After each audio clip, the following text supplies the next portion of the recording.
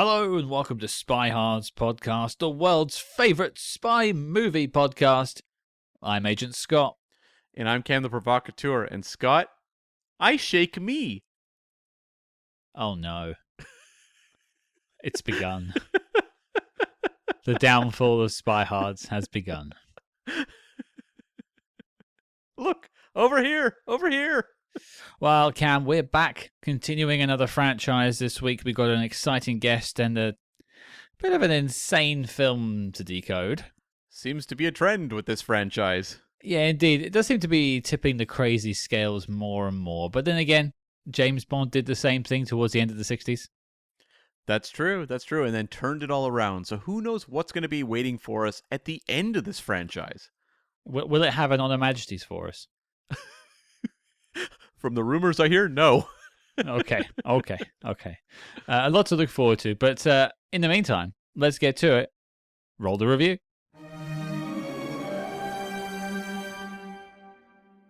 Now, Cam, these Man from U.N.C.L.E. films are getting crazier and crazier. So much so I feel like I am losing my mind. And I feel like we needed someone to help bring us back down to earth. Someone who knows what they're talking about, who knows the Man from U.N.C.L.E. can maybe help us chart these waters. These very choppy waters. They are choppy. Very choppy. The boat's a-bouncing. Oh, boy. I'm everywhere. I might be drowning. Who knows? We're like Oliver Reed and Condor Man. Oh, yes. Very miserable. We certainly are. Joining us on the show for the first time, I'm sure, of many. He's a producer. He's a writer of The Incredible World of Spy Fight, and he happens to be the owner of the largest spy movie and TV memorabilia collection in the world. And we'll get back to that. It's the one and only Danny Biederman. Hello, Danny. How are you? Hi, Scott. Good. I'm great. How are you doing? We both are living the dream, and we're both very happy to have you here. Thank you. I don't know what your Man from U.N.C.L.E. number would be. Mine's 69, but you can choose yours if you'd like as well. I'll have to sleep on it because I've never thought about it. That's the first time I've been asked that question. There you go. I'm glad I can throw those curveballs at you. I'm sure there'll be more of those, I should say, when we talk about this film. But let's step back from the Man from U.N.C.L.E. and let's talk about you. I mentioned your book. I mentioned the memorabilia collection. But we talk about spy movies here on Spyhards. Take us back. When were you first brought into the world of spy movie and TV? With the Man from U.N.C.L.E. That's the exact thing. When I was a kid, I was, I don't know, 10 years old or something like that. But I don't even know that I'd ever heard of a spy or what it was at that age, because I was heavily into Superman. Like really heavily into Superman, the comic books, the old 1950s George Reeves series and stuff like that. Yeah. So it was the actual night of the premiere, the debut of the Man from U.N.C.L.E. series in September 1964 that I first heard about it. I didn't see it. They were showing the Vulcan Affair, the pilot, and it was my mother, who loved detective shows, who was watching it. And after she watched it, wherever I was in our house, she raced over to me and was just like ecstatic, like, you have to see this show next week. That's where it began for me. And it began when I watched the show the next week and I was just like amazed, like, this is unbelievable. That's what kicked everything off. That's really interesting. And, I would say the majority of the people we talk to on the show, it's James Bond that brings them in. It's not usually the Man from U.N.C.L.E. And you have two Bond films already out, Dr. No and From Russia with Love. At what point did sort of Bond enter your world? It entered really quickly. Yeah. Because of my reaction to the Iowa Scuba Affair, which was the second broadcast episode, which grabbed me. And in fact, that is where I first saw The Communicator. And that was one of the things, because it was the first spy gadget I ever saw. And I just thought, oh my gosh, this is like intense. This is great. And that's when it began, where I wish I had that, and I made drawings of it and everything. But I was so excited about that show. Both my parents, realizing my reaction and everything, said to me, oh, you haven't seen a James Bond movie, have you? And I said, no, I don't even know what that is. And they said, well, you have to see a James Bond movie. And then it was like, I think it was that December that Goldfinger opened, I think, in December of 64. So it was only, let's see, September, October, November. So it was like 3 months later Goldfinger opened, and that was the first Bond movie I saw, and I had the like exact same reaction to that as I had with watching Man from U.N.C.L.E. every week since September. And even in a different way, because it was even, it has its own thing and a little more sexy, and the action and everything like that. So Bond came in really quickly right after U.N.C.L.E. Seeing Goldfinger in its initial release, that is one heck of an introduction into the world of 007. Oh yeah, it is. Yeah, it's great. It's great. It's a great way to come into James Bond. And it was very quickly after that. I'm sure it was the next year in '65 when they did like the double bills. They began bringing James Bond is back to back, and I don't know. I'm trying to remember. I guess they did. I don't know if they did Doctor No and From Russia with Love right away, but what it was. But then of course I caught up very quickly. And having to see them the only way in the theaters at that time. So that's as far as spy movie and TV genesis go, pretty much the gold standard. Like, you couldn't ask for a better way to start. A Man from U.N.C.L.E. and Goldfinger. Yeah. Like, there's a world where someone's first, like, spy introduction is, like, The Liquidator or something like that. It's true. It's true. And they're put off for life. That's it. They're just like, Rod Taylor or bust. Also, season 1 Uncle, because season 1 Uncle is really incredible. Mm-hmm. So it is. That's the perfect season to, I think, jump onto the show. Although I think like if you're probably really young, like the campier season 3 and 4 episodes would probably still be very delightful. Yeah, I've noticed that with, it depends a lot, I think, on when we're born and when we grow up with these things, or what the genre is or what you're introduced to, because we're so impressionable as children, and suddenly something for whatever reason grabs you. And because I love I grew up on the Sean Connery movies, and so Bond movies. And so those are like, at least like the first 5 are like the best to me, like the best in the series, And so I met people, of course, who were, born later than me and who grew up maybe on the Roger Moore films or whatever. And it's like, no, Spy Who Loved Me, that's the first movie I saw. And oh my gosh, no, that's like the best, or something like that, which I don't relate to, but I understand, because I know we're all different. We have different tastes, and it depends on where we are at that time in our life.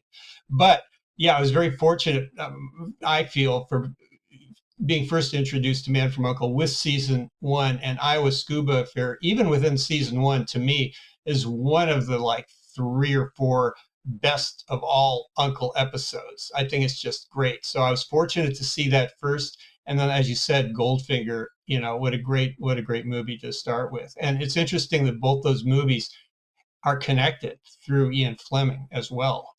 I mean, not both those movies, but I mean that movie and U.N.C.L.E., that U.N.C.L.E. series are connected with the solo character. And then I suppose, like, obviously that's opened the doors for you as a young man. You're going to be experiencing the rest of the U.N.C.L.E. series, the Bond films coming out after that. But, spy movie and TV has gone on to affect your life in a sense. Like, it has charted your direction in work. It has led you to making a book, a documentary series, and also the collection. So why don't we just talk about the collection for a second? When did that first start happening for you? When did you first start realize you'd become a collector? I never thought, it took I never really thought of myself as a collector. Even when the collecting went like crazy, I didn't think like I'm a collector. It's just like, that's what I do. It's just like part of my life. It's not like my job. It's not, it's become part of a business because I do traveling exhibits with my collection. So it's become that important. But I never thought of myself that way. It simply began, I think, like most kids, no matter what you're into, is just buying toys, buying merchandise, because kids, girls will buy dolls, or guys will buy action figures, or you buy the games and posters. And, so that's what started. I naturally got all the LPs, at that time, the LPs of all the soundtracks, playing them all the time, the James Bond movies, and plus the Beatles, which I loved. But, so that's what kicked that off.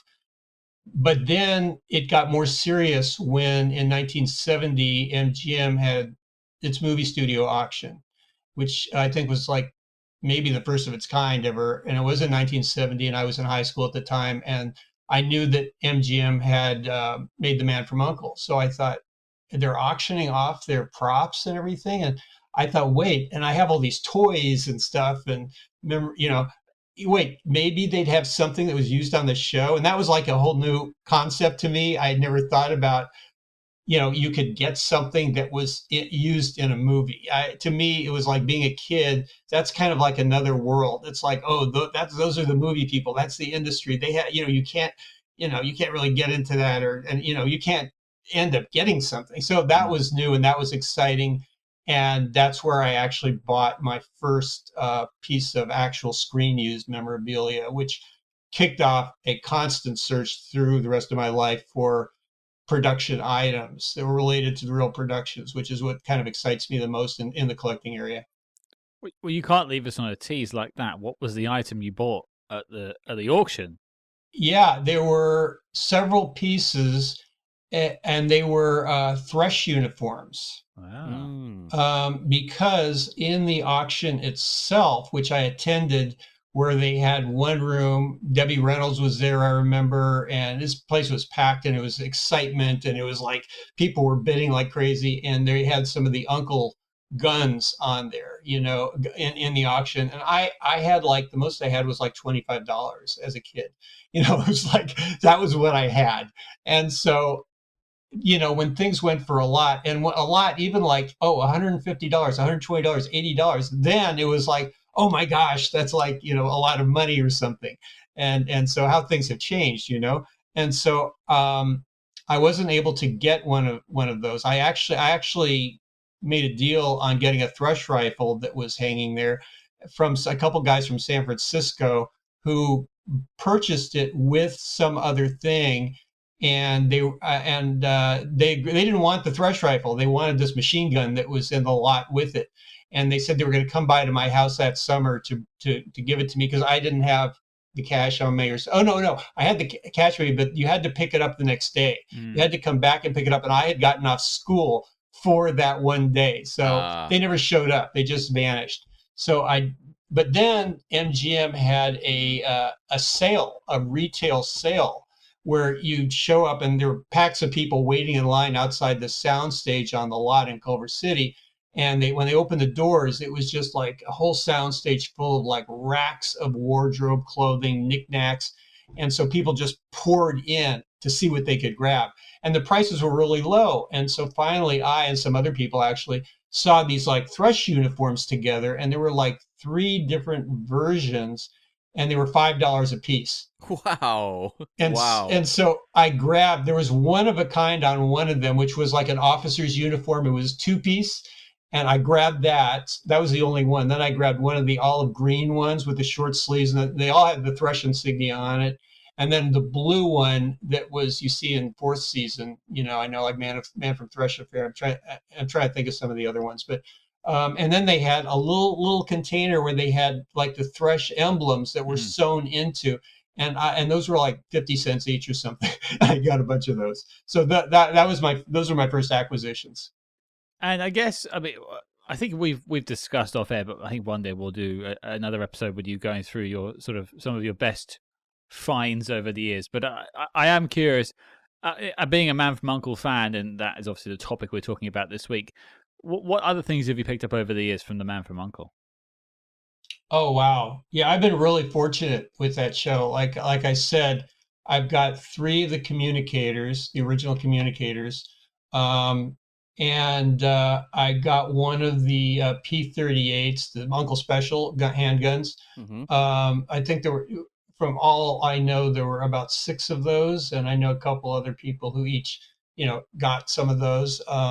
And then I got one of the prop, fully assembled U.N.C.L E carbines, but it's a prop version. I have 2 thrush rifles. One is one of the props, the one that isn't working, but they'd throw around or could fall and stuff like that. And then another with an actual working thrush rifle. A working one? Where they shot blanks. Wow. They yeah, actually of course worked on the show. had to have a flash or Yeah. whatever. Yeah. Yeah, Sure. which I always like wanted to, I always thought the night scope was so cool on it when I was a kid, and I always look at it. It looks like you can see into it, and what does that really look? And it was great to have it in my hand and actually examine it and go, wow, this is it, Well, I have a question because I know you collect from film and TV. Man from U.N.C.L.E. is not the only thing you're buying. Does the Man from U.N.C.L.E. collection make up kind of the most sizable of the properties you collect, or does another TV show or film kind of have the biggest chunk of your collection? You know what? I really do think it's Man from U.N.C.L.E. that I've found the most material on. Second might be the Wild Wild West Oh, TV yeah, show, okay. which is a big favorite of mine. So I found a lot of stuff from that. I mean, I've got like, you know, so many things, like a little mini prop grenade from the Survival School affair.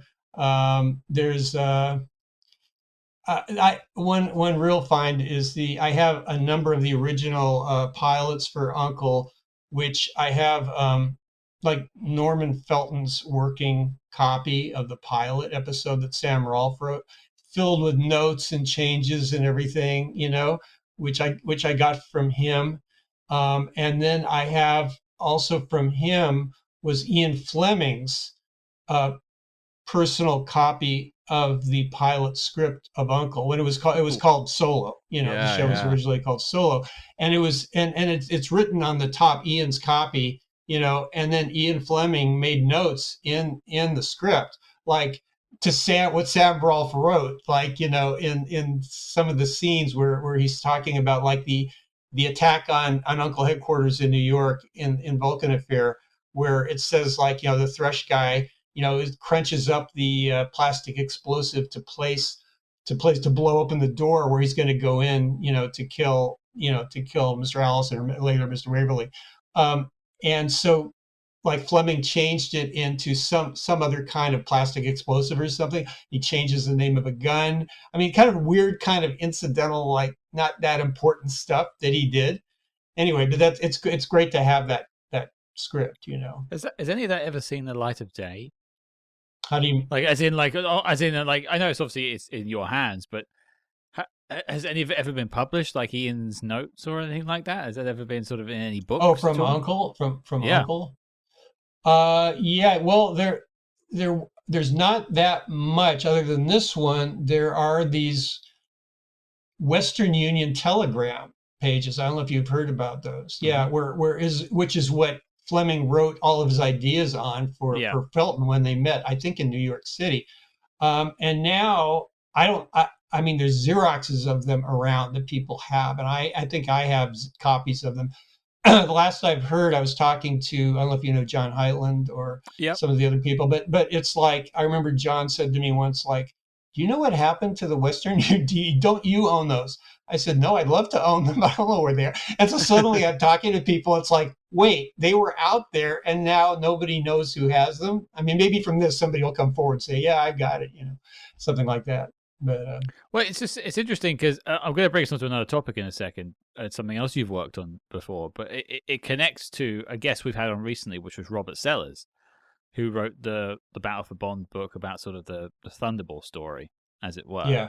And I a lot of things you've worked on during your career. I mean, you did the Discovery Channel special Hollywood Spy Tech. You've written the book, The Incredible World of Spy-Fi, which there'll be a link for in the show notes below. You can still grab a copy of that. But one thing that jumped out to me in sort of all the things you've worked on is you worked with MGM Studios as like an expert consultant during the MGM Sony case. Yes. Which is sort of also kind of part of the sort of McClory Thunderball story. It's also kind of connected to that, really. And I just like that your involvement in that. There's not much on it online, but could you elaborate further on sort of what you did with that? Wow. I mean, it's a huge story, and it'll be a whole other episode, I'm sure. I'm just like, I just was curious to sort of talk. I mean, it was number one. It was probably like the best job in my life that I've ever had. In many ways. And I worked on it it was maybe that case went on for, I think, almost 3 years. Yeah. I think it started around 97 or something like that. That's the case was settled in 2000, I remember. And I was just very fortunate to be contacted by the lawyers working for MGM. And they called me in, for an interview, because they had seen something I'd written about James Bond. And anyway, I could go on and on through details, but basically, it was a long, long interview. And asking me lots of questions about Thunderball and the James Bond series, and which I answered, and it was like in front of a bunch of lawyers at a table, and they had just endless questions and just checking to see what my knowledge was. Obviously, I passed the test or whatever, and they wanted to hire me. So I got hired onto that. I had already done 2 other legal cases that were smaller ones for MGM, for working with different lawyers for litigation. But these particular lawyers, I guess, didn't know I had done it before for the studio, and they found this thing I had written in the newspaper about Bond. Anyway, I worked on it, and it was like it became a full-time job, and it was just lots of pressure, and it was constantly, I was getting like FedEx boxes to my house with script copies, like old copies of the original drafts of everything, from going back to the 50s, from Fleming and the development of Thunderball. So I just poured through everything. I read everything. I even reread all the novels again, which I'd read before. I knew the movies well, but anyway, it was just a constant, lots of meetings, and I won't go into the details about the angles, the strategy or anything at this point, but it was basically constantly being requested okay, we now need a comparison between this aspect of the Thunderball novel. Oh wait, going back to Casino Royale and the character and the whole world of James Bond and Moneypenny and blah blah blah. And then how that works into Thunderball, and then what happened in this draft, and I had to draft basically a lot of legal declarations about it, and constantly giving my own opinion, my expert opinion, because I was hired as an expert consultant. So I just did a lot of writing, and I'm a writer, and then I love writing. So here I not only was just writing all the time. I mean, I was reading, I was analyzing, I was writing, but I was writing about the subject that I love, which is James Bond. So it was like a dream job. And I don't know, that's kind of an overview of what I was doing. I feel like because Cam and I love like deep dives into the behind the scenes history of stuff. That's one of our biggest enjoyments about doing this show. So I feel like there's probably another episode in there where we could maybe talk a bit more about the actual workings of that case. But let's put that to one side, and let's talk a bit more about frustration. And I mean by frustration, I mean this film. Cam, what are we talking about this week? We're here this week to tackle 1967's questionably titled The Karate Killers, the repackaging of The Man from U.N.C.L.E. Season 3 episodes, The Five Daughters Affair. Yeah, it sure was, wasn't it? It sure was. Yeah. Never has a Man from U.N.C.L.E. film until this point felt like a repackaged TV episode. You think that? I don't know. I think this is probably the most TV of the film so far. Oh, I think that's interesting. I think that's very debatable. I don't know. All right, we'll circle back. We'll get into previous history with it in just a second, but for those who haven't experienced the joys of the Karate Killers, I use that term loosely, here is your synopsis. The Karate Killers, a new U.N.C.L.E. thriller. International spies Napoleon Solo and Ilya Kuryakin travel around the globe in an effort to track down a secret formula that was divided into 4 parts and left by a dying scientist with his 4 of 5 daughters, all of whom live in different countries. It keeps going. His widow, Amanda, is murdered at the beginning by the counter-spies of the organization Thrush. Evil Thrush agent Randolph also wants the formula and is aided by his karate-chopping henchmen. I'm glad they let us know that the widow's name was Amanda. Very important to the synopsis. Crucial. It colors the entire story. It's like it's the Andor of Rogue One. That is really what Amanda was. That's right. Yeah. I'm waiting for that spinoff. Yeah, we all are. Amanda. Yeah. Wah. That'll never see the light of day. Yeah, so that was a synopsis, folks. It had a ... more for those keeping track. So that was far too wordy for this film that it does not deserve. Although, you know what? You've read a few of these Uncle synopses on the show from Letterboxd, and some of them don't even describe what happened in the actual movie. This one's actually pretty bang on. Yeah, that's fair. That's fair. Well, previous history with this film. It's my first watch. I've never seen The Man from U.N.C.L.E. until now. So this is fresh for me. I'm keeping it. Danny gave me a look of bemusement there. It's because I've been keeping it fresh for this show. So I'm watching it like with the show. So it's a new experience for me. So I'm coming at this fresh. But Danny, you were watching it contemporaneously in the 1960s. So, did you catch this film version back then, or was it more just a TV episode you saw originally? It was a TV episode. Yeah.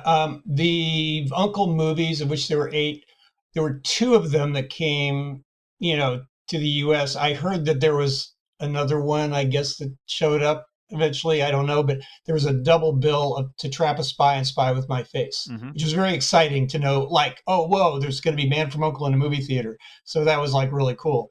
But no, Karate Killers never turned up anywhere. And I don't know where I first saw it, but I eventually acquired a 16 millimeter print of it. And at least that was when I saw it. Yeah.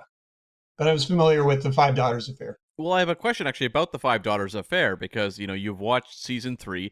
Does that storyline stick out to you, or was it not a 2-parter you were necessarily a big fan of?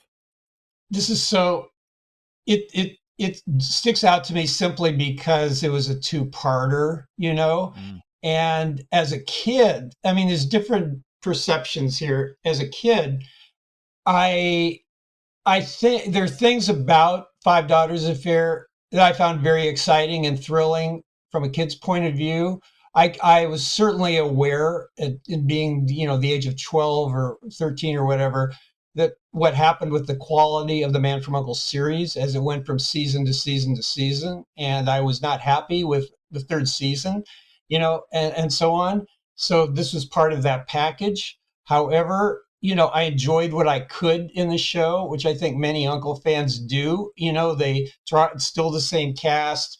Music can still be cool, and stuff like that. But the season does not compare to the first 2 seasons, especially the first season, which is just like the best, I think.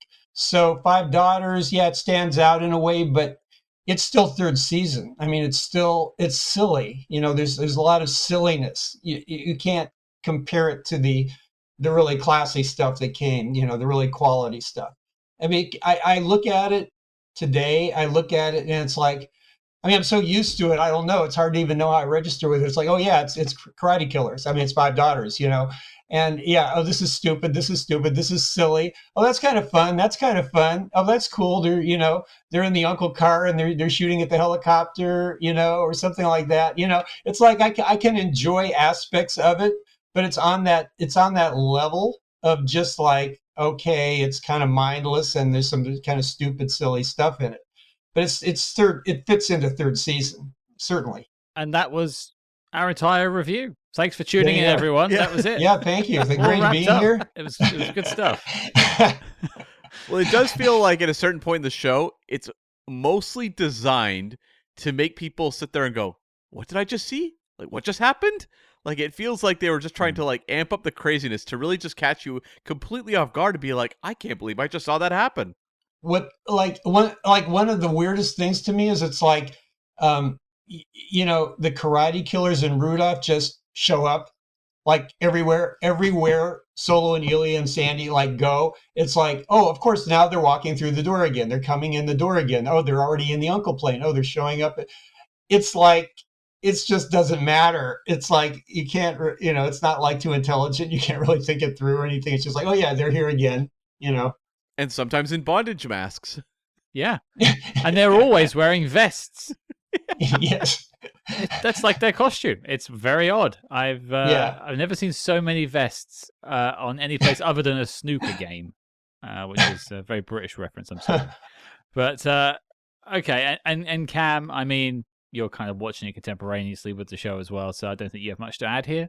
No, I just watched the two-parter in advance, and the two-parter, I didn't mind it, and it was one where I felt like I could see how this could lend itself to the kind of repackaged deal versus some of the ones in the past which felt really clunky when they were combined. The Rip Torn one still sits with me.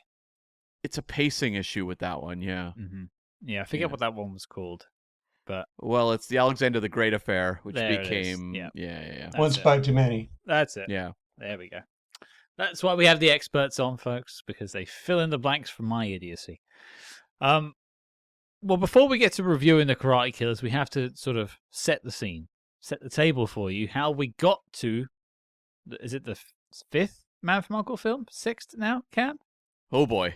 Oh, boy. I'll check the list. You do the backstory. I hope it's fifth, given that it's the Five Daughters affair, but I think it's number 6. 1, 2, 3, 4, 5. It's the sixth. It's the sixth. Well, wah wah. Oh. So this, as we've said it many times. It's the Five Daughters affair, which was from near the end of season 3, Man from U.N.C.L.E. It wasn't actually the finale. It was the 2 episodes right before the finale. They left the cap and gown affair to the finale, which I have to ask Danny, was the cap and gown affair a splashier season finale?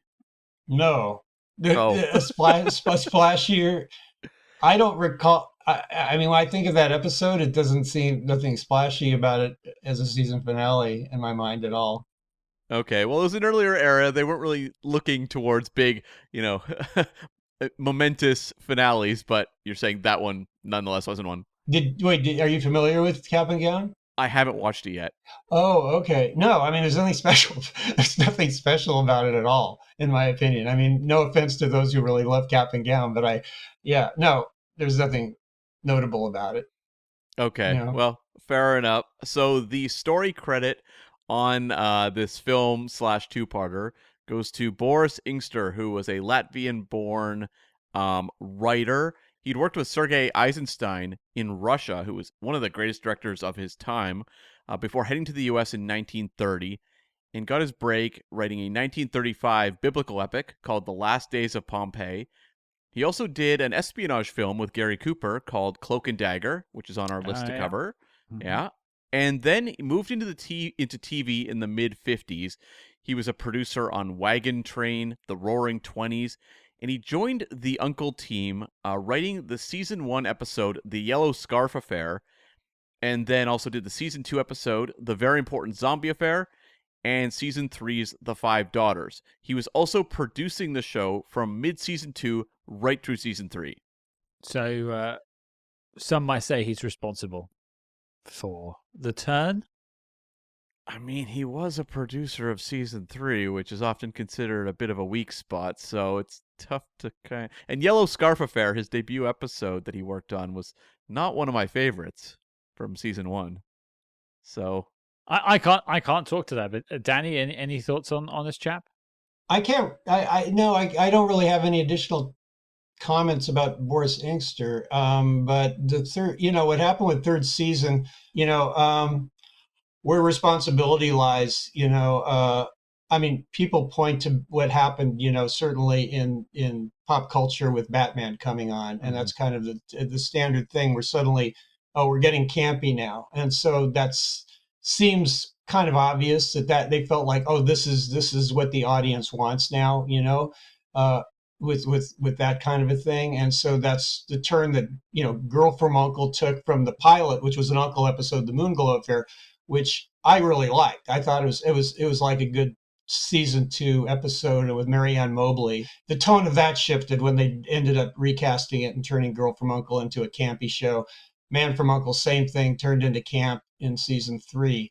So, I know Norman Felton had talked about that, and then he realized what had happened, and he tried to reset it for season 4, which had its issues.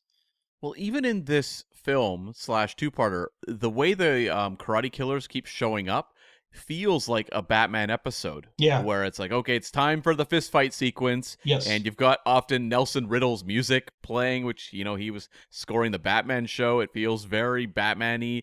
It's very overt, I think. Yeah, I totally agree. Yeah, this sort of random thing where they're showing up all the time, and the worst of it was the scene in Rome, I guess it was, with the firefighters How dare you? coming in, and the music that is played, and it's just kind of, it's like Keystone Cops, you know?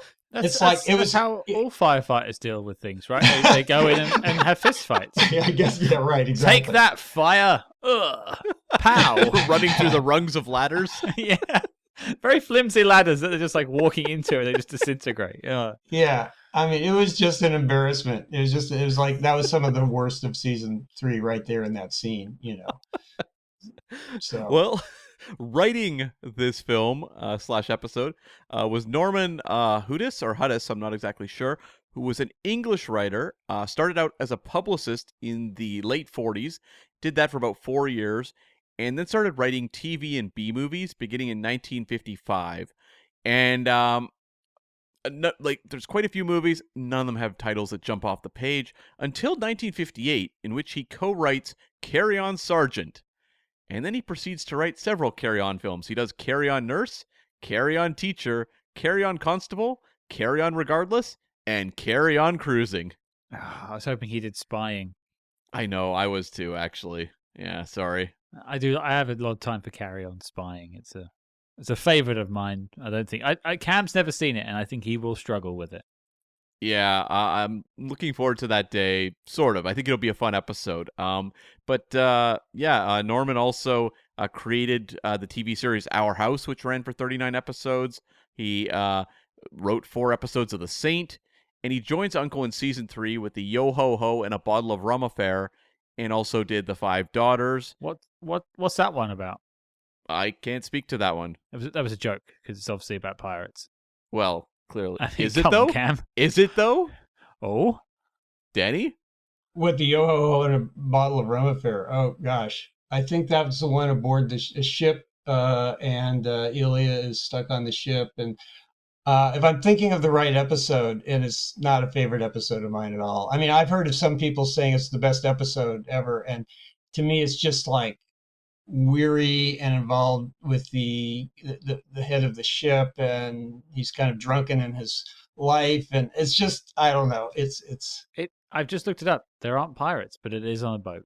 Right? yeah, There you go. yeah, There you go. Yeah. And that's Ilya looking drunk and drinking. There you go. Yeah. yeah, Okay. yeah. It's not a favorite of mine, you know. So Norman Hudis went on to then Carry On Uncle, I guess, from the other Carry On. Pretty much. And he wrote 3 episodes for season 4, including the 2-part series finale. So he was with Uncle till the end. But he was like a TV veteran. If you go through his filmography, he wrote like on everything. He was writing on Beretta, the FBI, Hawaii Five-0, Chips, and many more shows. So again, like kind of a veteran. And you also had a pretty much a veteran TV director overseeing this, which was Barry Shear, who was born in New York and entered into TV at the dawn of the 50s and just like bounced around all over the place. He never stuck with one show too long. He did 13 episodes of the Eddie Fisher Show, and 25 episodes of Take a Good Look, which was a star-driven game show. But other than that, he was just doing one episode here, one episode there. He did a little bit of time on the Donna Reed Show, and then joined Uncle in the 2nd season near the end with the Minus X affair, and then only did like a small handful of episodes. And the Five Daughters affair, that's kind of him closing out season 3. He did 1 episode in season 4, which was the Gurnius affair. But in an addition to that, he did do 7 episodes of The Girl from U.N.C.L.E. And I think most notably, what really was interesting to me was he produced and directed in 1972 the film Across 110th Street, which is brilliant. It's an Anthony Quinn, Yaphet Kotto, like gritty crime drama, fantastic film, and one of the few films he actually directed. He was primarily a TV guy. What year did that come out? That came out in it's 1972, and it's actually what got Yaphet Kotto the Live and Let Die job. Yeah, because he mentions that in the interview we put out, right? Yeah, they actually approached him on the set of Across 110th Street and asked him to be in Live and Let Die. There you go. Yeah. Interesting. Yeah. A few other notes. Jill Ireland appears in this film, and she was Boy, does she. And she was married to David McCallum from 57 until 65 when they separated. They were divorced the year this came out in 67. And he remarried that same year to an interior designer named Catherine Carpenter, who he was with right to the end of his life. And she married Charles Bronson in 1968, the year after this. Now, she had met Bronson when McCallum was filming The Great Escape with him in 1962. And Bronson told McCallum, "I'm going to marry your wife." And he did. And the three of them were actually close friends right to the end of their lives. Like, they were, like, co-parented the kids and everything. And it was actually, apparently, like, a very good situation. Hey, I'm not one to judge. Right? Whatever works for you folks, we love you for it. It is a little bit of like George Harrison, Eric Clapton-y, though, isn't it? A little bit of that. Yeah, but Yeah. Joe Ireland did 15 films with Charles Bronson. And She did, didn't she do Magnificent Seven? No, she's not in Magnificent Seven, no. I swear I've watched a Charles Bronson film recently that she was in. I can't think of what it was in. Was it on the Patreon, maybe? Or I know what you're talking about. It's jumping up to me too, but I can't remember. I mean, I've seen her pop up in. Is it The Mechanic? Is she in that? Yeah, I think she was in The Mechanic. Yes. There we go. Yeah, and they were married until she died in 1990 at the age of 54 of cancer. But a few other notes on this one. This movie was not matted for widescreen presentation. At this point, they had given up making these look like movies. 4:3, and you're gonna like it.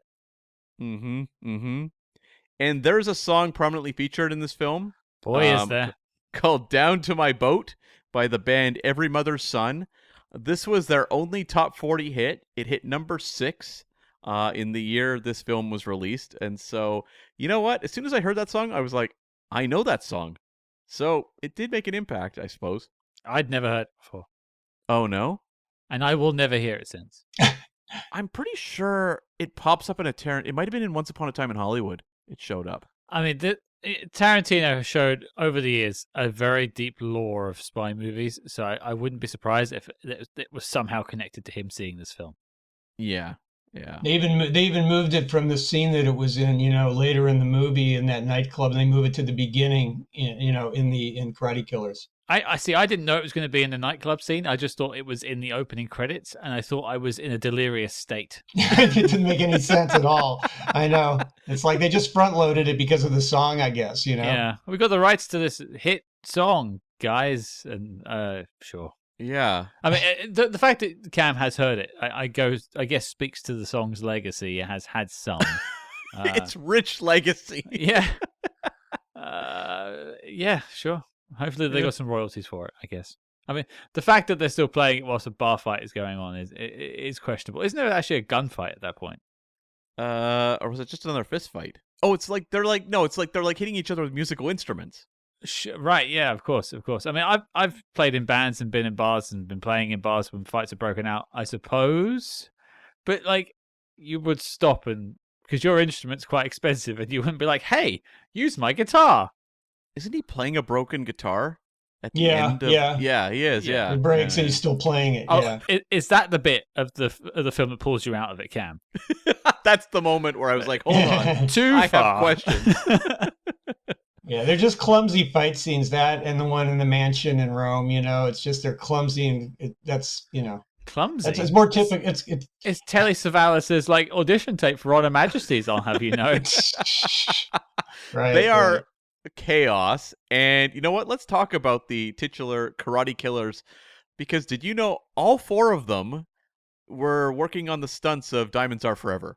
I didn't know that. Really? I didn't know that either. Yes, and actually, Paul Baxley was the stunt arranger on Diamonds Are Forever. Wow. So, like, you're seeing crucial members of the Diamonds Are Forever team in action in this film. Crucial members of the Bond history in this film as well. Like, there's a couple of Bond villains for good measure, and Curd Jürgens. Yeah. The stud that is Curd Jürgens, irresistible man of nature. Wow. Yeah. Go on, Cam. And of the Karate Killers, like, one of them, Jerry Summers, appears as a CIA agent in Diamonds Are Forever. Fred Stromso also appeared in The Wrecking Crew and did stunts on that film. He also had a bit part in Dr. Goldfoot and the Bikini Machine. Oh, it's all connecting. It is all Uh-huh. connecting. All the Uh-huh. spy franchises of the 1960s all had hands in each other's pockets. Dick Crockett doesn't have a lot in terms of spy credits, but he was a regular in the Pink Panther films, doing stunts in those, Okay. and also worked on the Adam West Batman show. So, he would be familiar with fights like these. Hey, what you did on Batman, just do it here. Got it. Got it, boss. And Paul Baxley, who I said was the arranger on Diamonds Are Forever, was the stunt coordinator on some spy movies like Mrs. Polifax Spy with Rosalind Russell, The Parallax View, the Charles Bronson film Telephone, and he has an absolutely insane filmography. He worked on The Godfather, Some Like It Hot, many other classic films. He was also Shatner's stunt double on the original Star Trek. Wow. Yeah. Wow. I guess it's NBC, Man from U.N.C.L.E, Star Trek. It kind of all connects there. That makes sense. It does, yeah. And so that sort of wraps up the behind the scenes. The top 3 for the year. Number 1 was The Graduate. Number 2 was The Jungle Book. And number 3 was Guess Who's Coming to Dinner. Of course, the box office information for the international release of The Karate Killers is vanished into the winds. Yeah, it's not on the map. Yeah. We can only guess, and my bet would be low. It must have made, because, yeah, the joke is it made dollars. But, like, it must have made something because they kept putting them out. Yeah, because there's 2 more. Yeah. Yeah, and then the return, of course, as well. So there must have been some money to it. Yeah, for sure. I guess it's because, like, they don't really cost anything to put together. So if you just make, like, you know, barely anything, it still is a profit. So. You take a scene from the film, turn it into a credit sequence, and you make a couple of posters with karate on it. Right. Boom. Yeah. You got a film. I mean, there's some re-editing, but that's pretty basic stuff. So we'll come back to changes between the two. But is that the behind the scenes, Cam? That is it. Well done. All right, everybody. It's kung fu fighting time. Danny, you're our guest. Guests always go first. I'm sure you've had a little revisit of Karate Killers. I have a little think about it. I want to hear what you think of the film. Let us know. Karate Killers, what are your thoughts on the film? It could be, it's fun. You know, you could look at it as just being a fun movie. I guess if you take it out of context, especially from U.N.C.L.E, you're not comparing it to the great stuff, the real great U.N.C.L.E stuff. It's kind of mindless entertainment and it's fun, but it's just filled with a lot of really random stuff, kind of stupid, silly stuff. So I don't rank it up there very high at all in the series, you know, and it fits right into the third season. It's got the name actors in it, like Telly Savalas and Curd Jürgens, Joan Crawford, Terry Thomas. I like Terry Thomas in it. I always enjoyed Terry Thomas. And, just for the enjoyment, what you look for to enjoy in the film, I think he's fun. And the whole courtroom scene, I thought was fun, with Joel Ireland and everything.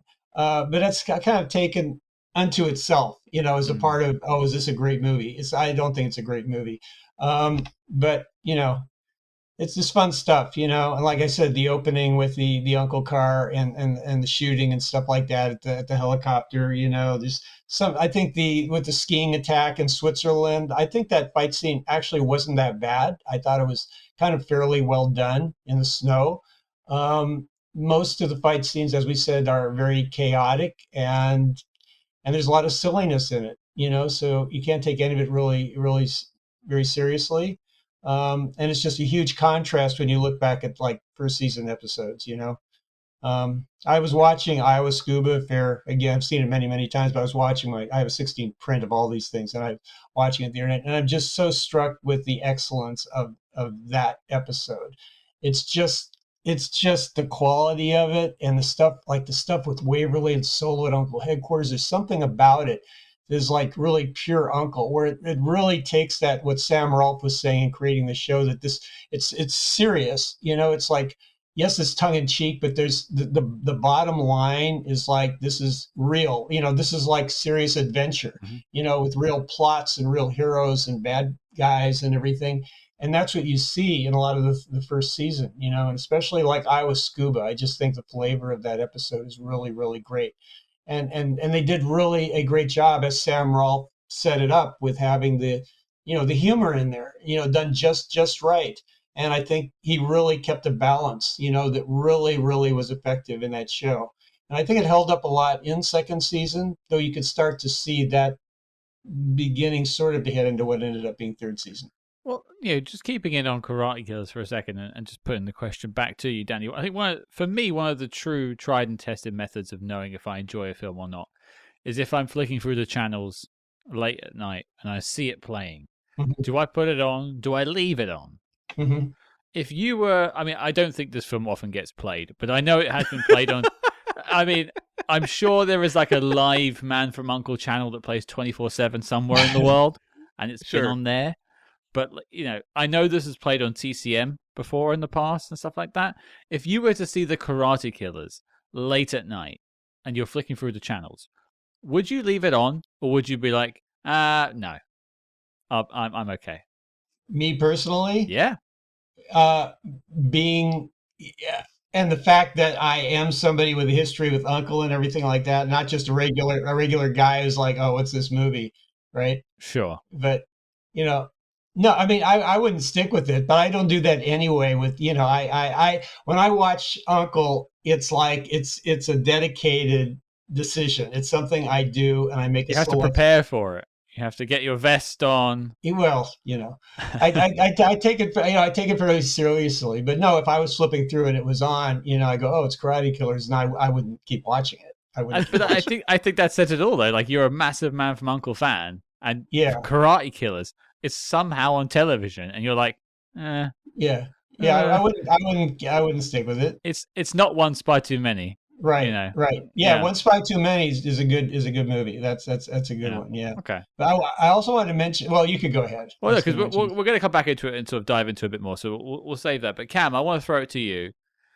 You're watching this whilst watching the episodes of the show at the same time, so you're getting the best of both worlds, or perhaps the worst. What did you think of the Karate Killers? I thought it was pretty much along the lines of the last one we reviewed, The Spy in the Green Hat, where I actually think this one and that one worked out pretty well in terms of editing them down and making them a little more faster paced into a movie. Like, in terms of a 90-minute presentation, this one I think really benefits from being split up in the first half of the two-parter, which is basically them finding the different daughters. And so when you are watching that in a film, it feels like you're getting momentum and you're bouncing from location to location. It feels like there's actually things happening. It doesn't feel like you're kind of dragging your feet, waiting for a conclusion, which was my issue with the Alexander the Great affair. When it became a film, it just felt like you were kind of. It felt like a story that was meant to be watched in two separate episodes, as opposed to be stitched together into kind of a artificial movie form. Whereas here, this one moves, and the thing about it is it good?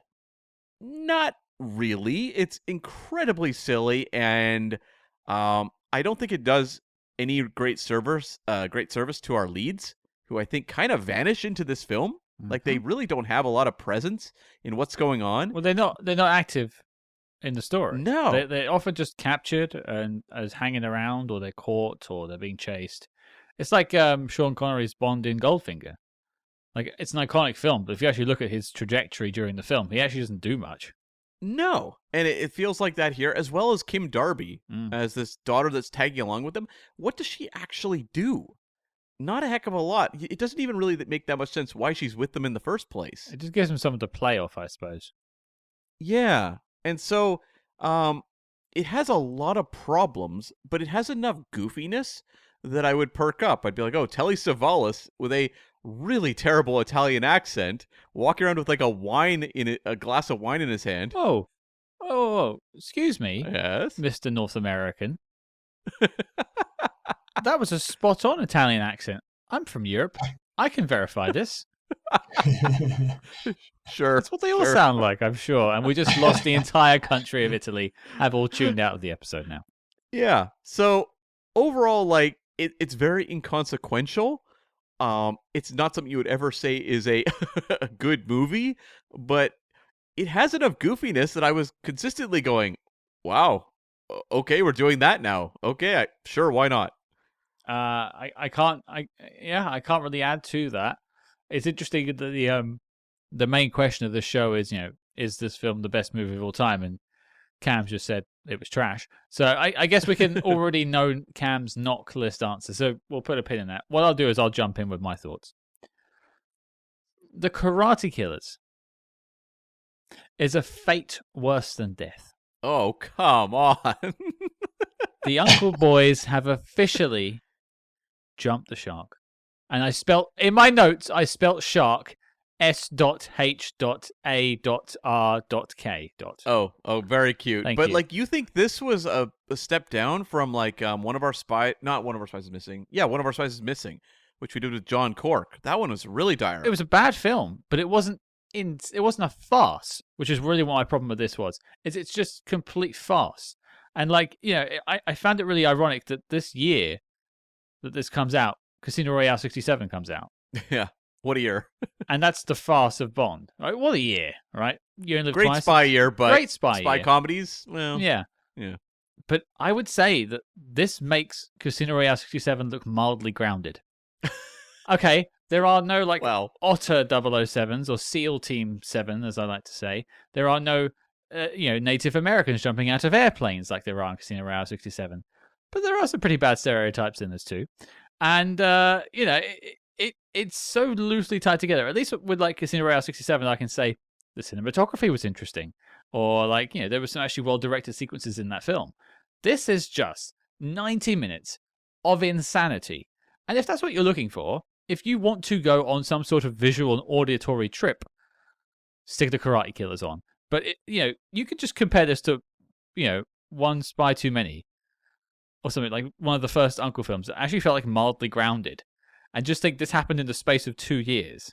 Well, it's insane. Think about To Trap a Spy, a.k.a. the pilot for Man from U.N.C.L.E, where you have Napoleon Solo sitting on that plane at the end, watching the woman reunited with her family, and he's, gotten gifts for her to give to her kids, and he's just, like, bemused, looking at the window, thinking about the life he leads. Yeah. And you're like, somehow jumping a couple years to this... to Curd Jürgens as a Romeo in a ski chalet, and being chased around a little tree on the bottom of a snow hill, what? Wow. You could do this across the board. I mean, when you compare these kind of things, like from first season and so forth, or even second season into lots of third season, you can say the same thing. I mean, like Super Colossal Affair and Concrete Overcoat Affair, Abominable Snowman Affair. I mean, you can go down the list. I have a few good ones I like in third season, but it just jumps completely into this kind of a thing, and Five Daughters really fits into that. I mean, even Five Daughters, I think, has a bit more structure than some of the others. I mean, they actually are the writers created a situation where it's like, there's 5 daughters, there's clues, we do this. Not that it's brilliant in any way, but there's actually some kind of a structure to it, even with all the insanity, chaos, and silliness, Well, but it's like that's third season. That's maybe a good point to jump us off, because the next topic we talk about are things that we like, be that performances, actors, set pieces, or anything like that. So, Danny, something just to bring up, you may have discussed it before, we can discuss it a bit more, or something you haven't talked about yet, for the Karate Killers itself, something you think that works about the film, a positive.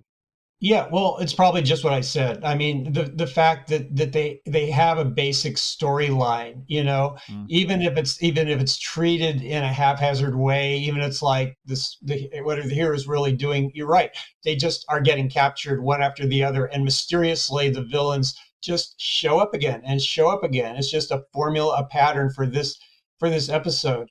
But they do have a structure of like, oh, there's 5 daughters, oh, there's clues, okay, we're gonna follow step by step, and let's do a 2-parter where let's go to different countries. I mean, they must have just decided let's do that, and so I give them the kind of credit for coming up with that kind of structure and everything. But it's just nothing special or extraordinary. And like I said, there's some scenes that I enjoy, like the opening scene with the Uncle car is a fun action scene. A couple of the scenes, like the one in the snow, the fight there, I think is pretty good. And you know, I don't know. It's kind of tough to find all the stuff that you really like in this movie. There's so many stupid things in it. Oh, we'll come Uh, to criticisms. Don't worry. We can save that one in the chamber. But like some of the ones you mentioned, there were things I wrote down too. Like some of the set pieces. You got the yeah, ski chase. Now, it does feel like it's being done on a TV budget, but that's because it is. yeah, But it still has like it's evoking things that you'll see a few years later in On Her Majesty's Secret Service, which you have a poster of it mhm, behind you right now. Like obviously that's a Bond film on a much larger scale, but they are sort of capturing that whole idea of a dynamic ski chase shootout mhm, mhm. on this TV budget, and you wouldn't really be seeing that on other TV shows of the time. Correct. Yeah. Yeah, I definitely agree. The opening I have an issue with. I mean, well, I first off, have a comment about it too, but you go first. okay, I am a little surprised they didn't call this film the helicopter spies, Yeah. given that there was helicopter spies at the start of the movie. That seemed kind of appropriate. I guess I'll have to watch Helicopter Spies to see if that one deserves the title more. Mm. But the thing is, in turning this into a film, they cut out how the agents are able to get away. Ah. So there's something missing that was in the TV show. Yeah, I mean it's not it's not exactly a crackerjack escape, but basically they go into the tunnel Yeah. and then they wave over a passing motorist and they jump in his car and he's going the opposite direction, so they go out in his car. Ah. Bit of an Acme solution there, but I'll take it. Well, it's like I thought it was a little unsatisfying when I watched the two-parter, but then when I watched the film, I'm like, well, actually, that is more satisfying than what we got in the film. Yeah. The only note I had about that sequence, and it was great to see sort of the gyrocopters in something other than You Only Live Twice. Yeah. I did have to make a small swipe at them though, because seeing it in You Only Live Twice, it's a bit funny in that, but in this, it's obviously a bit smaller scale. You do get two of them. Obviously, in You Only Live Twice, it's called Little Nelly. In this, I called it Shitter Nelly. Oh, I thought you were going to call it Little Smelly. Yeah. You take your pick, folks. Which do you prefer? My crass joke or Cam's better written one? Written. Go on, Danny. Oh no, I was just going to say, referring to what's in Five Daughters of Fairwith, where they have the fact that I found it kind of strange though that they hitched a ride with some person on the street, and then you see them dropping them off where Simon True's lab is or something. It just seemed like weird to me, and I kind of accepted the fact that with the Uncle car being under attack, and it's not like destroyed or anything, but you just kind of have to assume like, oh well, they got away, and now they're here where they were going to go. Okay, that's an interesting point. I haven't picked up on this because I'm not watching the show contemporaneously. I'm just watching these films. Is that car it's their automobile? It's their Aston Martin. Is that the idea? Mm-hmm. You're talking about the Uncle car? Yeah. Yeah. I mean, that didn't show up until like third season, and that's what I mean. like, so I've not seen it until now. This is the first time I'm seeing it. So like I'm asking. Yeah, it's a new thing. It's just it was just introduced. They decided let's have the Uncle heroes have our own special car, which is fitted with all kinds of it has missiles, and it's like their Aston Martin, so to speak. Or was it a response to Batman and the Batmobile? Yeah, there you go. Could be. But I think it doesn't make a lot of sense. I mean, for secret agents to be driving around in a car that looks like that. I'm willing to let it go, given the other things that are going on in this film. Of course. All the choices. Cam's really clapping down on the odd things here. Yeah. Cam, what about you? Something you want to celebrate? I'm going to shout out some of the performances, because this is a movie where you're basically waiting just to see what the next scene is going to bring. And some of the actors, I think, do really fun work. I thought that Joe Ireland was so much fun when she popped up. And, all the daughters, that pop up, you're kind of waiting to see which ones will be, more fun. And I thought she had, an infectious energy. And she's actually really good on the show. She's shown up in a few roles. And some more serious, this one broadly comedic, and I thought just a crackerjack of energy. You could totally buy her as the go-go dancer type, in the same way you could buy her as a more sympathetic, innocent victim in a previous episode. She had it here, that star quality, and she was great on Star Trek as well. I also thought that Telly Savalas, I don't know what this man is doing, but I loved it. It just felt like, I don't know, it felt like a boozy game show from the time period where you just have a star wander in, seemingly lost.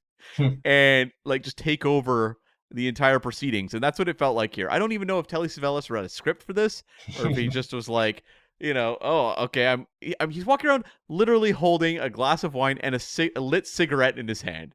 This felt like Telly just on break, wandering onto the set of Man from U.N.C.L.E, and I loved everything he did in this. I thought he was fantastic. You note the cigarette as well. He smokes it in the same peculiar way that he does as Blofeld in On Her Majesty's, which I just assume is the way Telly smoked a cigarette, which is kind of like the inverse how most people smoke it. But it stood out to me that that is just his style. Yeah. Oh, I was he missing a finger or something? I don't remember. I think there might have been something there. There was like I'd have to go back to the tape, but I recall we looked into this when we did on Her Majesty's, and that's like a few years ago now. Of all the things to focus on, I don't think I focused on that.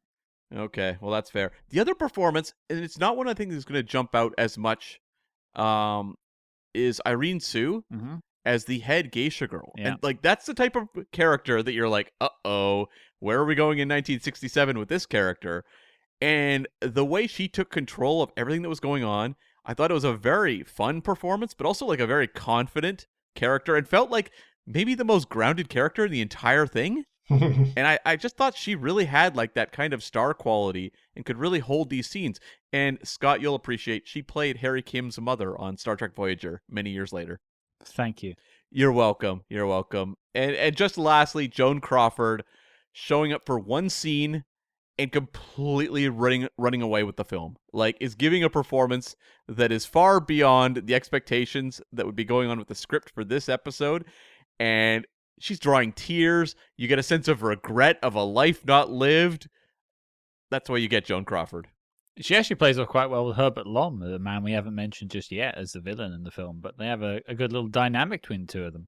She's great. Yeah. Like, this is a legendary actress. Legendary. The fact they even got her for this two-parter speaks to maybe where her career was at that point in time. But nonetheless, my God. For my likes, I have two. One is, I mean, much as this entire thing was shot on the backlot in California, they do have one hell of a scope to this film because you're in Italy, you're in the UK, you're in Japan. I think I'm missing a couple of places. Switzerland? Mm-hmm. And you go to was it the South Pole or the North Pole? One of those, for sure. One of the poles. Yeah, it's up there or down there. Who knows? Yeah. But yeah, like they do a good job in sort of selling the locations they're in. Obviously, they're not in those locations, but it makes the film feel a bit bigger than it actually is because it really is all just set-based stuff. Yeah, it has like a feeling of like an international flavor, despite the fact it's entirely cheating on the international flavor. Yeah, I mean, like there's a moment in the UK where Jill Ireland interrupts the Lord Mayor's parade. Boy, does she! Which you do not do. Right. Still running today, by the way. Every year we still do it. Yeah, I mean that was quite an interruption. That police officer seemed very happy with his arrest, though. I mean, he got to marry her at the end of the day, so there you go. Yeah, he put that truncheon to good use. And the last thing I will comment on in terms of likes is Curd Jürgens and his machismo. Yeah, have given me hope for when I get slightly older and my wife leaves me, that I might still have the sex appeal that he does. Okay, what is with this film / two-parter and its like obsession with like much, much, much older gentlemen and like 20-something-year-old women? Because it's like 4 different cases of it. Were any of the writers or like the director, older than the average man? Perhaps there was like a little bit of wish fulfillment coming through there. Or? I mean, some of them were definitely older. The ones I talked about who like were starting work in 1930, they would have been definitely getting up there at this point in time. But I think that's the problem. They weren't. It is weird because it's like I think of that took a little while to grow on cam. There we go. It did. I look at the 2 leads of this show, right? Like they were sex symbols for like younger audiences. Mm-hmm. Like David McCallum was being bombarded with love letters from young women. Due to his appearance on the show. And it's like... And you, of course, Cam, as well. And me. But was that something they felt audiences wanted to see, was like 20-year-old women making out with Curd Jürgens? No, I just, you know, but this is something that you see, I think, a lot, especially in that time period with older men and young women, and throughout. I mean, probably throughout movies and TV in general. Certainly in spy films. I mean, if you look at the Matt Helm films, you know, even James Bond eventually with, you know, are you thinking of Roger Moore as he's getting older and older, and they keep maintaining Mm-hmm. women who are decades younger. You know, so it's just been, it's a thing in general. You know, or at least was. You see, I hear you. I hear you. But I'm going to bite back slightly. Hmm. Because there is a world where you can convince me that Roger Moore in A View to a Kill is handsome Sure. and dashing and charming and witty. There's a Hmm. world where you can convince me that Dean Martin could chat anyone into bed. Hmm. There is not a world that you can convince me that Curd Jürgens in 1967 could pull a 20-year-old. We interrupt this program to bring you a special report. Agents, where are you? Why do you hide? Follow that Patreon trail and make Spyhards your guide. That's right. From spy TV reviews covering the antics of George Smiley, Jack Bauer, and the Slow Horses to reviews of non-spy movies from your favorite spy actors, there's no more secrets over on our Patreon. But Cam, tell the listeners about this week's top secret broadcast. Scott, we've seen the Man of Steel take on a real estate scheme and Terrence Stamp it disco wear. Now we watch him face his greatest threat yet, 1980s computers, because we are looking at 1983's Superman 3 starring Christopher Reeve and Richard Pryor. Is this franchise still flying high, or is it beginning to crash to earth? We'll find out. So, tune your dial to patreon.com/spyhards and spice up your podcast feed. But before Nick Knack runs out of Tabasco, resume the spy jinx. Okay, we've already taken a few karate chops, if you will, at the Karate Killers, but let's go for the killing blow. Why don't we? Danny, something else you'd like to perhaps critique about the Karate Killers, something that didn't work for you? Well, I can think of, okay, let's look at the end of the movie. You know, when the Solo and Ilya are defeated in Japan by the, you know, karate killers.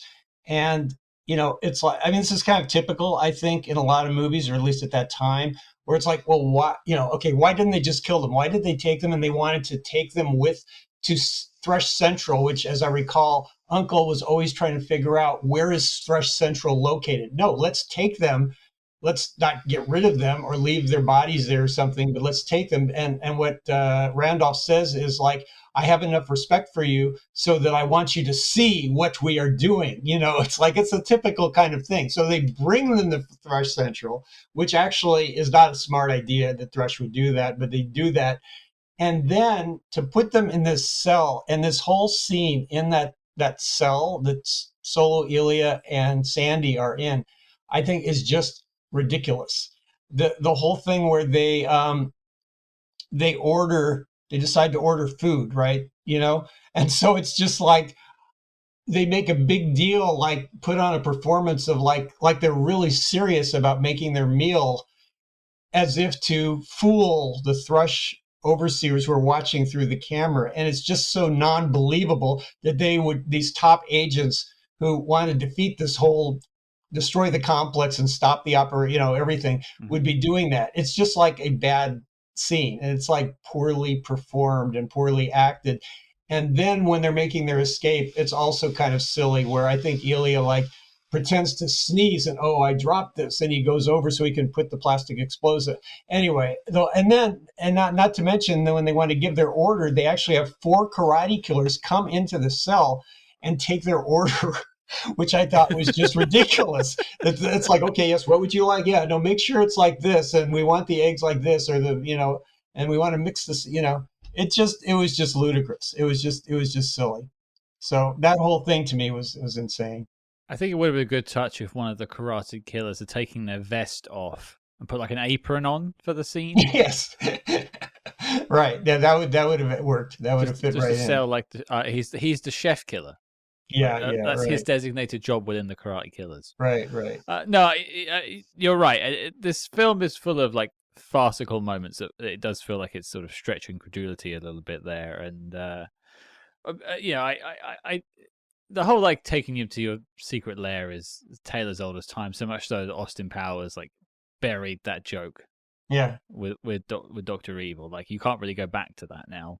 I don't think any spy movie can go back to the old, take them back to their lair to show off. I think that is a dead joke now.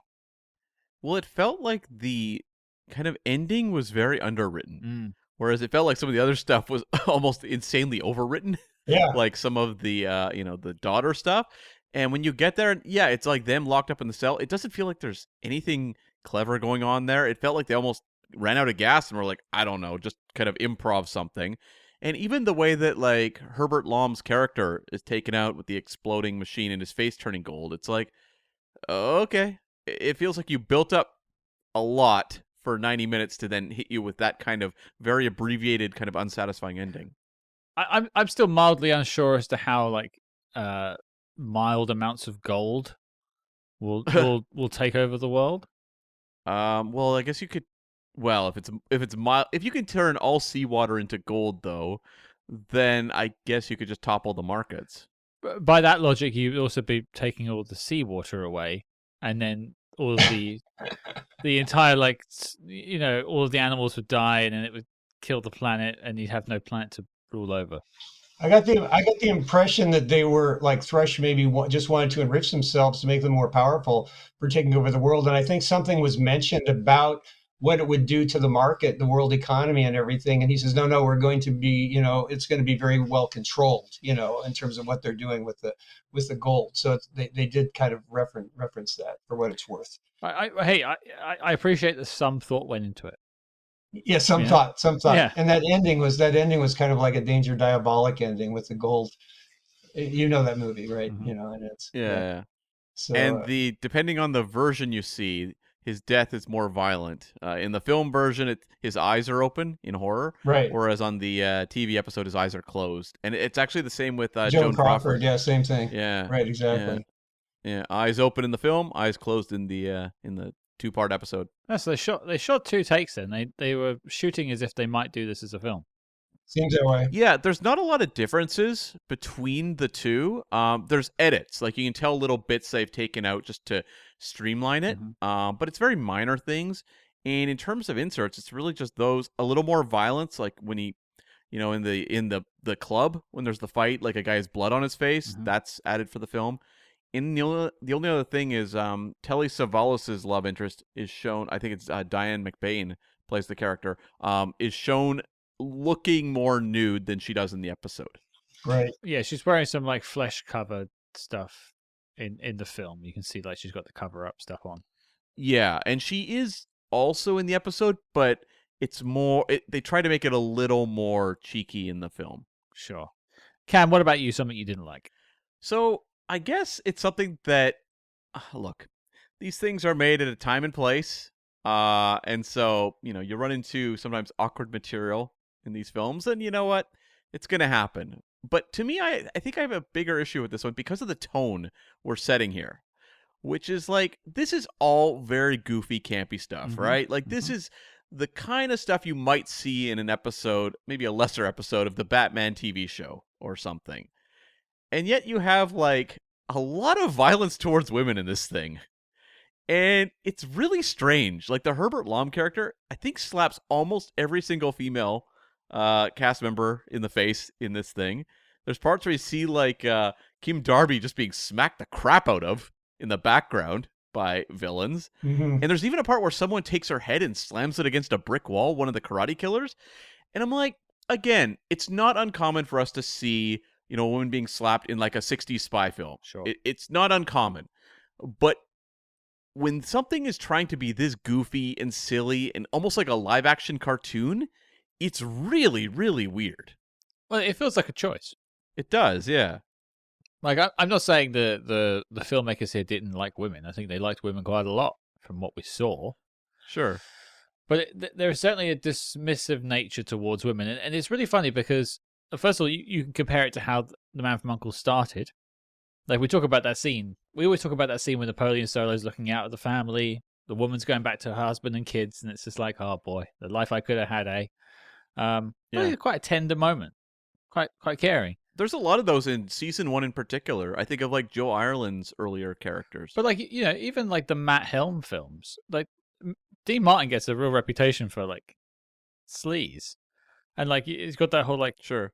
harem of ladies, but he treats them all well. Like he's actually pretty caring towards women in those films, or like Derek Flint. Like I was just going to say that. Yeah, Armin the Flint. Yeah, exactly. He's a polyamorist. He has a relationship with 4 women simultaneously, and it's consensual. Like that's actually far more forward thinking than where the Man from U.N.C.L.E. ended up. Yeah, and it's like Herbert Lom. I didn't mention him in my likes because I'm like, well, the performance is kind of fun because it's a lot like Dreyfuss in the Pink Panther films. Mm-hmm. But with that element, it's just like, well, he's a lot less fun. He's a lot less fun. Well, there's no real comedic shtick in here. Whereas this in like the Pink Panther film, he's always like getting hurt by Clouseau or angered by Clouseau. Whereas here he's more just like mindless baddie. Yeah. I just thought it was a weird tonal choice that like, it's one thing if everyone's kind of getting basically bopped around and it just seems like cartoon characters. But then it's like that moment where they slam Kim Darby's head against a brick wall, and it's just like her literally just like holding her head in pain. You're like, okay, sure. And there's a lot of very badly choreographed action in this thing, but like a moment like that is highly choreographed, it feels like. Yeah, we need more coverage of getting her head against the wall. Can we get a second camera there, please? Yeah. I mean, most of my stuff's been covered. I think we've kind of beaten this one over a bit, but I will just say, you know, the first few U.N.C.L.E. films, I lamented that we weren't getting enough time together with our agents. I feel like they hit the sweet spot a couple of films ago. This film, they're together. I'm happy for that. But they're also just taking a backseat to... They're almost like observers to the insanity that's happening around them. And they're not actively engaged or progressing the story. And that's kind of frustrating to watch because you're not seeing them at full power. Whereas like at the beginning of the film, they're like, yeah, they got the chase sequence and they're driving around, getting away from the gyrocopters. Kind of cool. But by the end, they're just sort of, you know, getting captured or bumbling along. And it's not as fulfilling because you know what you could have and it isn't given to you here. Well, I like the bit where they shimmy up the pipe together. Yeah. You know, and find the Countessa. Like, that's a fun moment. And that's them doing it as well. Like, it's physical and they're doing it. Yeah, and you can sense the camaraderie between the two of them. But beyond that, it's almost like they don't even really regard each other that much as you get further and further. They're just kind of these two islands staring at everything that's going on around them. And it feels weird because it's like they're very present. Yeah.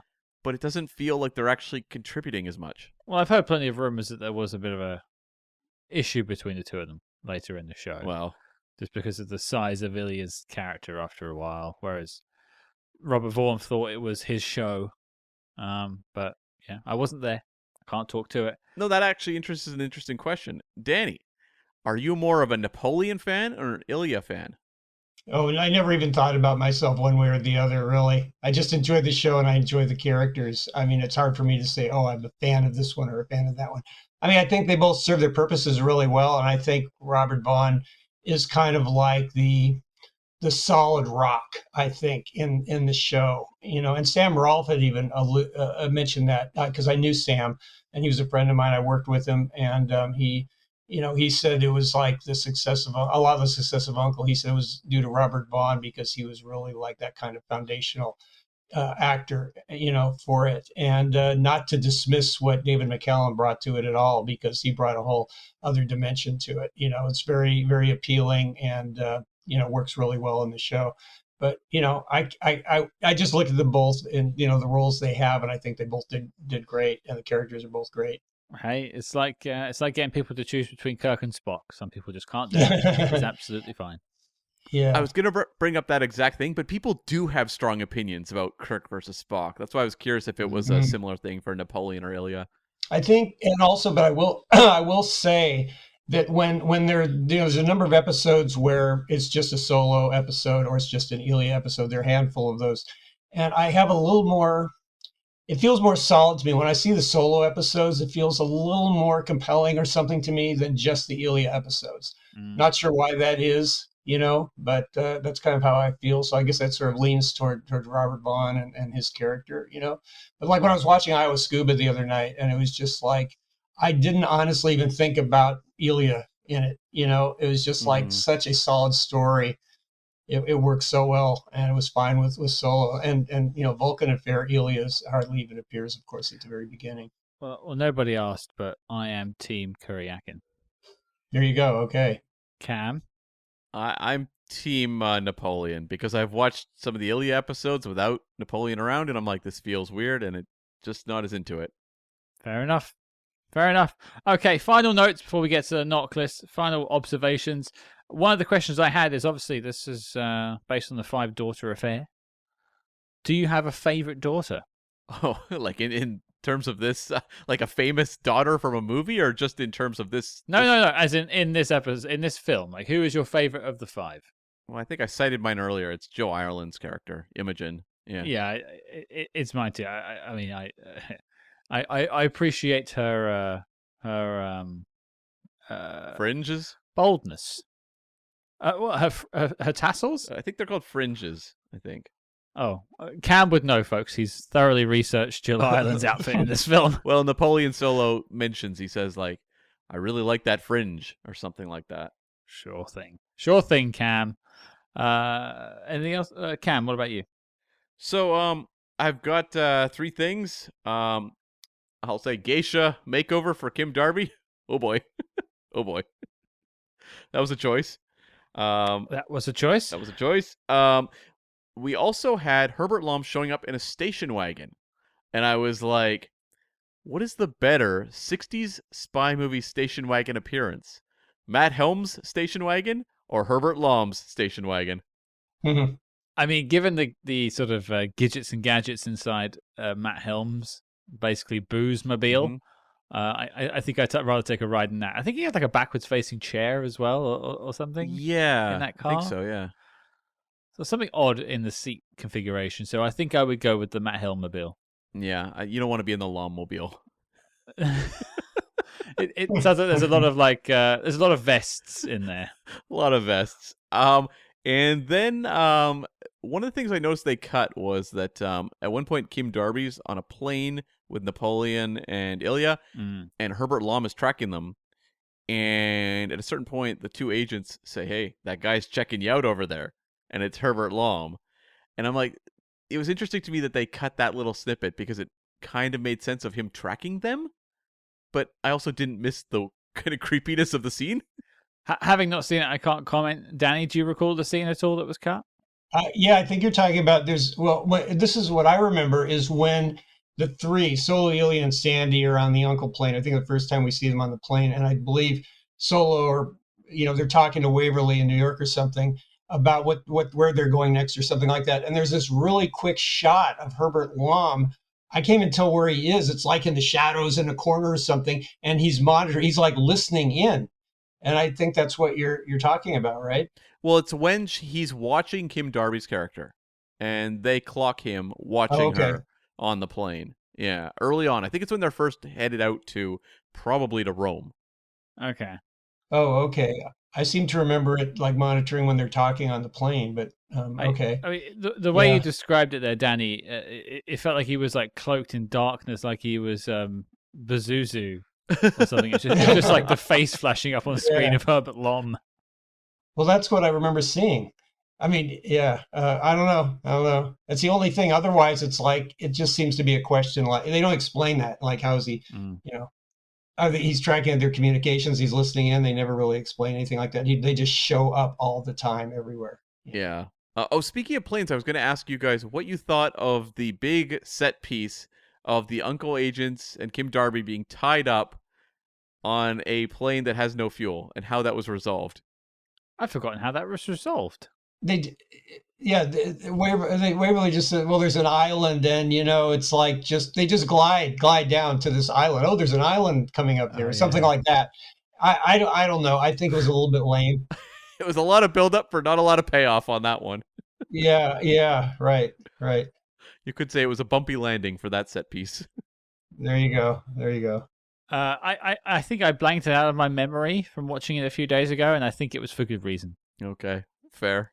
The other thing I want to mention is, we've kind of spoken about it, but there is a hell of a lot of like Star Trek and Bond connective tissue in this film. Yeah. I mean, from like Telly Savalas and Curd Jürgens, two Bond villains in their own right there. But you've also got a lot of like people that just turned up in sort of Star Trek or random bits of other bit of Bond history. Obviously, Cam pointed out some with the stunt crew. But a couple of people from, I think, Star Trek was Jill Island in Star Trek? Yeah, I mentioned that. Yeah, she was in This Side of Paradise, which is one of the classic Spock episodes. And Did one of them also play Miri or something like that? Kim Darby appears in the season 1 episode, Miri, as Miri. Yeah, as Miri. Yeah, so there is, all of my universes are converging with Star Trek and spy movies with this film, and there are some more in if you go diving in, I'll point out. And also just seeing Herbert Lom's face turned into gold. I mean, you don't really see that in Goldfinger or GoldenEye, but you do see someone's face blasted with diamonds in A Die Another Day. So it's basically the gold version of Yao in Die Another Day. Better or worse? Is it Zhao or Yao? Zhao. Zhao. I corrected myself there, so you can't write in. Don't at me. I think this was actually a bit more horrifying. The shot of him with his eyes open reminded me of that scene from Superman 3. Yeah, good call. Yeah. That's an image that's going to go online this week. You can bet your ass that's going to turn up. Okay, knock list time. The final question, the final countdown. I would play the song if Europe didn't want loads of money for it. Yeah. But it is the knock list. We have to answer the question. And Cam, as we have a guest, why don't you introduce the knock list for Danny and for any new listeners that may have just tuned in?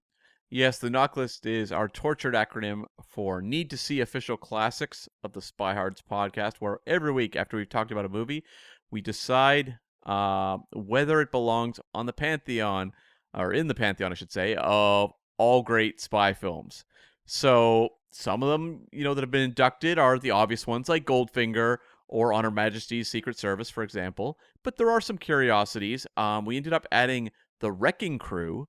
That was John Cork helped vote that one on because it had... Blaming John Cork. I am. To represent Matt Helm, but also because of its kind of pop culture significance with Once Upon a Time in Hollywood. So it can often be historical. It doesn't have to be like they all hit the level of North by Northwest, for example. Yeah, and so the idea is we're creating the list of the best spy movies of all time with a need to see. So when we're done with the show and we've watched every single spy movie we can get our hands on, we have like a definitive list of the genre. The question now is Karate Killers making that list? You get an answer, you get a choice in this, Danny. So yes or no, should the Karate Killers, I'm trying to sell this, be on the list of the greatest spy movies of all time? What do you think? I'm sorry to say no, absolutely not. No, it's a very clear decision on that. Are you sorry to say? I don't think you are. I don't think any of us are. I'm only sorry for those who really love it. Yeah, that's fair. That's fair. I will say I should have added in the preamble that To Trap a Spy did make it. So there is Uncle representation on the list. Yeah. So, Yeah. And the Guy Ritchie one did okay, but it wasn't quite good enough for us. Cam, what about you? This one's a no. You know what? To Trap a Spy, looking real good right now. Looking real good. Oh yeah, I really sort of validated our choices. It's a yes from me. Oh yeah, sure. Yeah, because I think like the Curd Jürgens factor has really given me hope for the future. Right. Right. It's renewed my like testosterone. Like I feel like a man again. Like I do have a future with the opposite sex. I'm not out to dry already. You're going out sweater shopping right now. I am. I'm going to move to Switzerland and tell everyone I'm rich. Which is what his character did. No, it's a no. There's no way it's making the list of the greatest spy movies of all time. I'm absolutely sorry. This was insanity and a film I will never revisit. What would you choose, Scott? Rewatching this or the ice pick machine? Given the speed at which the ice pick machine was ice picking, I think I could probably get out of that. I thought, yeah. It was a pretty lazy way of dying. Are you talking about in Karate Killers? Yeah. You know that's like ripped off from Discotheque Affair. Mm-hmm. The earlier uncles, they did the same thing. And Solo comes to the rescue both times. In the background of that scene, I think I saw the wine vat that was used a couple of films ago where they were going to be crushed to death in the wine vat. There you go, yeah. It was just half submerged into the floor, but it was the same structure. They just reused that as well. Yeah. Cheap bastards. It's season 3. Yeah, They're running out of gas. Yeah, and so are we, but luckily it's the end of the episode. Karate Killers 3 knows it is not making the not clear. The dossier on the film is complete and filed. It's classified. Danny. Oh, Danny boy. Yes, sir. Thank you for being on the show. It's been a pleasure speaking with you. It's been a pleasure for me. Yeah. Thank you. Thank you for having me on. I really enjoyed this. We're going to have you back. We're going to do a deep dive into your spy TV and movie memorabilia collection. We might do a YouTube video style so people can actually see some of it as well. We can see your smiling face and see some of the props, and we'll sort that. If people want to hear it, let us know. Write in contact@spyhards.com. Let us know what you want to see, and we'll try and put something together. But Danny, where can people find you online if they want to read out more about you, seek you down, and sort of pick up a copy of your book? Oh, gosh. I have to be contacted directly. I'm having a website redeveloped right now, so that isn't operational. So I don't know, unless I gave out my email address, or they can contact through you. They can come to us. If they want to get your email, you can write to us, and we'll check with Danny. Yeah, that would be great for now. That would be perfect. Okay. Thank you. Okay. And when the website's up, we'll update the listings on this episode. You can go and find the website as well. Great. Appreciate But it. Danny, it's been a pleasure. Until next time, sir, you are officially discharged. Okay. Thanks so much, you guys.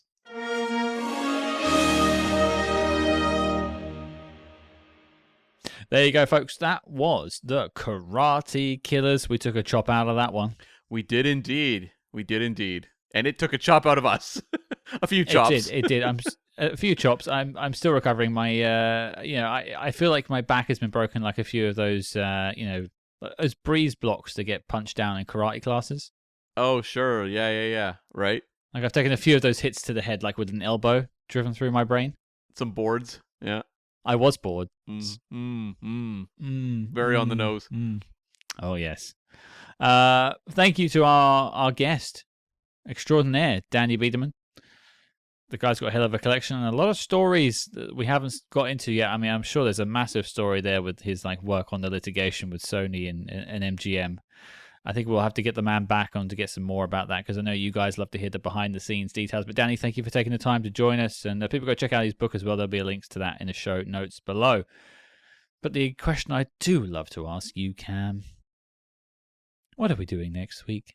Well, we are jumping from one franchise to another. And it's funny and appropriate that we were mentioning Star Trek so much over the course of this episode, because next week we're going to look at Star Trek VI, The Undiscovered Country, directed by Nicholas Meyer. This is the final voyage for the original series crew on the big screen. And, there may be some other exciting reasons we're tackling this movie at this point in time as well. Yeah, I mean, you might note that we're at 99 interviews. Yes. Maybe we should have 100th. And what would be appropriate for 100th? I guess you'll have to find out. That's all we'll tell you. I've been hankering to tackle Star Trek 6 for quite some time. I needed something to cleanse my palate after Star Trek Section 31. Nothing can. Acid. Just pure acid. In my eyes, please. Please. Every orifice. I felt like I was oozing it before, so I'll take it back in now. That's right. We're all misfits in the eyes of Section 31. But yeah, Star Trek 6 has a lot of spy connections, and we'll get into that. We've got a great guest as well joining us for the review. You'll all really enjoy it, especially if it's maybe your first time hearing the chap. I'll leave it there. But fans of Star Trek: The Next Conversation will definitely want to tune in next week. Let's just say that. Yes, indeed. Indeed. So your mission, folks, should you choose to accept it, is to set a course for next week, Warp Factor 9, as we head straight to Star Trek 6, The Undiscovered Country. Maybe my first film I ever saw in theaters. We'll dive deeper into that next week. We will.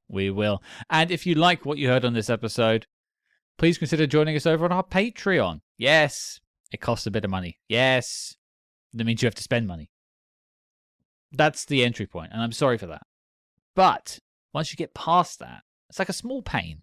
But you get past that bit, and then it unlocks this wave of joy. And this joy wave is 100+ bonus episodes of Spyhards. A cornucopia of Spyhards content. They say like pain for pleasure, right? The pain is paying. The pleasure is hearing us. You could also say that's also the pain. I mean, there's a lot of great stuff on there. We've got coverage of Andor, which is, obviously something that people have been talking a lot about. There's spy TV stuff all over the place, plus looking at just classic movies you might want to hear us talk about. Things like, I don't know, Superman, The Rock, all sorts of other stuff. Yeah, tons of that. A lot of films you like ask us online to talk about. It's on Patreon, and like we get a lot of requests. Hey, talk about Slow Horses. Hey, talk about The Night Manager. Hey, talk about Andor. Yes, we have. It's on Patreon. And the plan is to keep it behind that paywall because we have a lot of bills to pay here on Spyhards, and we have to find some way of monetizing it because we haven't at this time put ads on the show. So we try and keep this free, and that's why the Patreon is there. I can't promise that'll be that way forever, but the more people that join the Patreon, the less likely it is that we have to put ads on the show. Yeah. That's why it's there. So that's like our pitch to you. If you can make it happen, you have the spare change, and you can help your fellow listener, please come and join us over on patreon.com/Spyhards. There's a link in the show notes below. Hope to see you all there. If you can't make it there, the next destination you can join us is on social media, at Spyhards, wherever you might get your social media. I will be lurking in those dark corners, talking about just how good Pierce Brosnan was as James Bond. But until next time, folks, when in Rome, do as the uncle says.